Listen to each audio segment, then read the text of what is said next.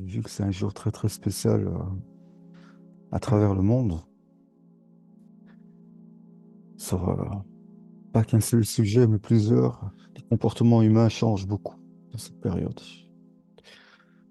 Comportements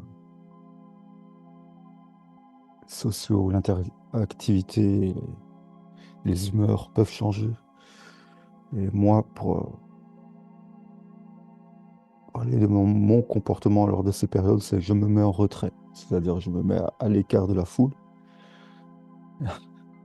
Et ça permet d'éviter d'être une éponge qui prend trop d'un coup des changements d'humeur et c'est une période où c'est un peu plus excitante. Les gens sont excités.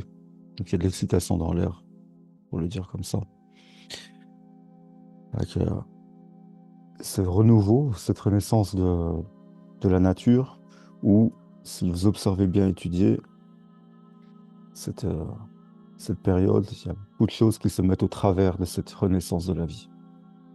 Il y a des barrières, d'autres barrières qui se mettent devant, des couvertures ou des brouillards qui viennent empêcher de profiter de ce cycle, nouveau cycle de vie, qui est le nouvel an.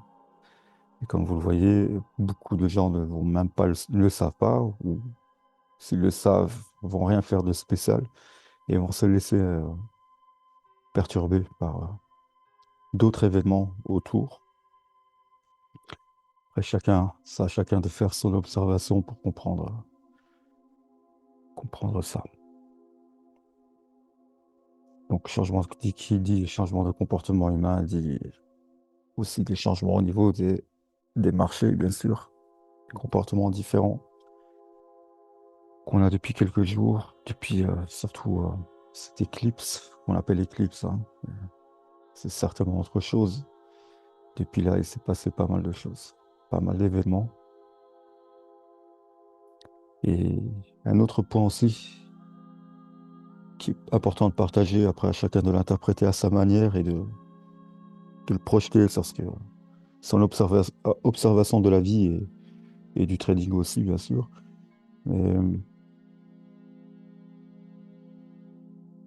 Mais, faire simple, euh,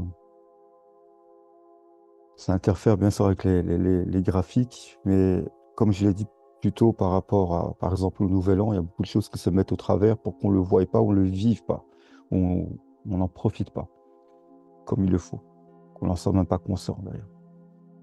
Et c'est la même chose qui se déroule avec les graphiques, où beaucoup de choses se passent, des événements, des catalyseurs qui se répercutent bien sûr sur les graphiques. Et on va mettre certaines choses au travers, donc pour distraire et ne pas avoir l'information. La bonne information vaut de l'or, parce que en plus elle est réutilisable, c'est-à-dire que non seulement elle vaut de l'or sur le moment présent, mais on peut la réutiliser pour le proche, pour le futur, pour l'avenir. Et donc tomber dessus, ça aurait quelque chose qui libérerait un peu trop l'homme. Il ne serait plus assez dépendant du système. Donc c'est toujours des gens apparemment dangereux. D'être trop libre, c'est dangereux. De penser librement, c'est dangereux. Et donc, sur les graphiques aussi, donc on va y intégrer beaucoup d'informations. Vous savez, on vit l'ère de l'information, donc on noie la vérité ou la bonne information sous une masse d'informations pour juste réduire à néant la vérité. Voilà sur quoi je voulais rebondir. Alors, le marché a trouvé son messie avec le catalyseur annuel qu'il ne faut pas sous-estimer. On voit la réaction de l'or dessus, hein.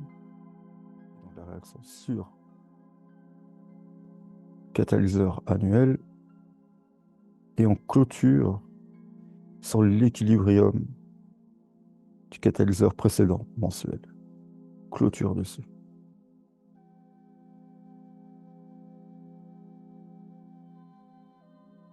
Et sur les S38. Alors ici, ce qui est intéressant maintenant à retenir, Si on veut être dans un trading de haute discipline, vous vous rappelez, on en avait discuté pendant une session il y a quelques semaines. Il y a un premier repère qui nous est donné par les market makers, ce mouvement. Ce qu'on appelle plus couramment dans le jargon trading une première jambe. Mais c'est un premier repère. Donc, pour être dans la patience, la discipline et prendre de la qualité dans son trading, c'est de revenir dans cette zone, de revenir dessus. OK? Parce qu'ils ont donné un premier point de repère ici. Et donc, c'est de revenir dessus. Parce qu'ils alertent à l'avance, je vous avais parlé, on ne va pas réutiliser les termes, de revenir dans cette zone et de trouver une raison de rentrer avec un signal, on connaît, pour repartir. C'est ce qu'on appelle aussi le W, ou alors des fois aussi un épaule-tête-épaule qui peut se produire par après s'il y a plus de profondeur ici. Moi, personnellement, j'attends encore un retour sur l'équilibrium et le S, l'autre point pivot, Fibo plus bas, ici. Si ça revient, si ça revient pas, bah, le marché continue, c'est le jeu. Et donc, on a un point de repère, on le retiendra. Ça paraît banal et simple, mais c'est un avertissement, c'est des alertes à l'avance. Tu as un prix qui va être retravaillé. C'est pour ça qu'on a des formations de W et de M qui se font sur le marché. C'est première chance, tu l'as manqué, ok. Et tu as une deuxième, on t'alerte, tu es prévenu. À toi de saisir l'occasion. Donc, ce qui va nous intéresser sur la deuxième jambe, bien sûr, c'est un signal clair en hit. Et s'il n'y a pas de hit, alors ce sera de le regarder en MFD hit, dans cette zone de prix. Que ce soit en dessous, égal ou un peu plus au-dessus, peu importe en fait. Ça, c'est pas nous qui le décidons, ce sera la décision des market makers de,